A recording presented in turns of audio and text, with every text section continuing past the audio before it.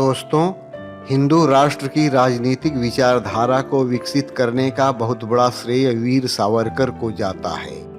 उनकी इस विचारधारा के कारण आज़ादी के बाद की सरकारों ने उन्हें वह महत्व नहीं दिया जिसके वे वास्तविक हकदार थे। इस वीडियो में आप वीर सावरकर की हिंदी और हिंदुस्तान की विचारधारा से परिचित हो पाएंगे।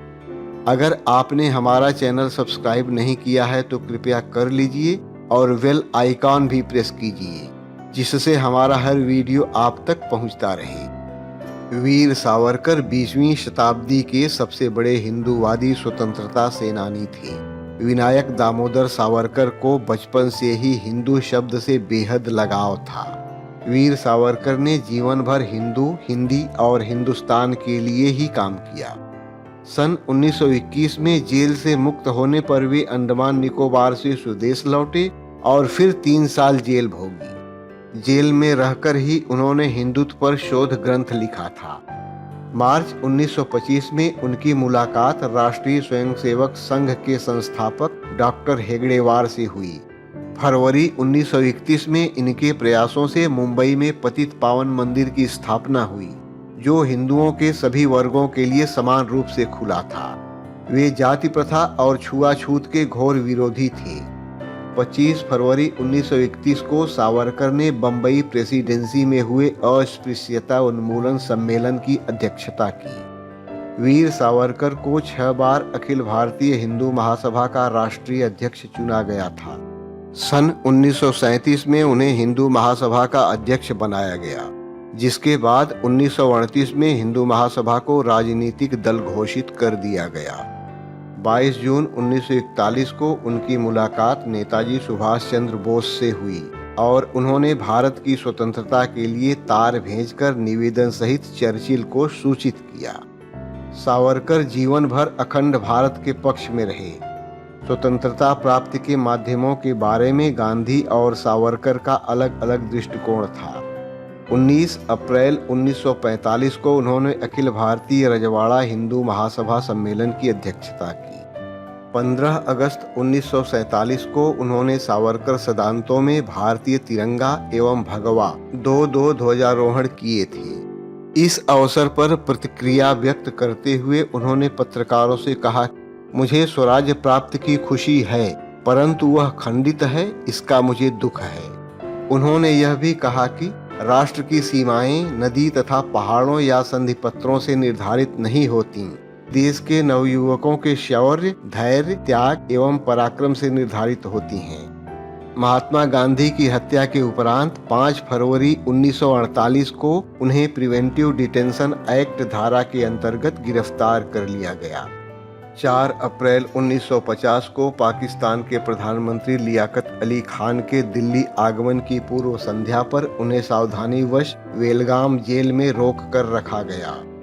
सन 1904 में उन्होंने स्वतंत्रता प्राप्ति के लिए जो अभिनव भारत नामक क्रांतिकारी संगठन बनाया था, उसका उद्देश्य पूर्ण हो जाने के बाद मई 1952 को पुणे की एक विशाल जनसभा में उसे भंग कर दिया गया। 10 नवंबर 1957 को नई दिल्ली में आयोजित किए गए 1857 के प्रथम भारतीय स्वतंत्रता संग्राम के शताब्दी समारोह में वे मुख्य वक्ता रहे। 8 अक्टूबर 1959 को उन्हें पुणे विश्वविद्यालय ने डी.लिट की मानद उपाधि से अलंकृत किया। 8 नवंबर 1963 को इनकी पत्नी यमुनाबाई का स्वर्गवास हो गया। सितंबर सन 1965 में उन्हें तेज बुखार ने आ घेरा, जिसके बाद इनका स्वास्थ्य गिरने लगा। 1 फरवरी 1966 को उन्होंने मृत्यु पर्यंत उपवास करने का निर्णय लिया। 26 फरवरी 1966 को मुंबई में भारतीय समयानुसार प्रातः 10 बजे उन्होंने पार्थिव शरीर छोड़कर परमधाम को प्रस्थान किया।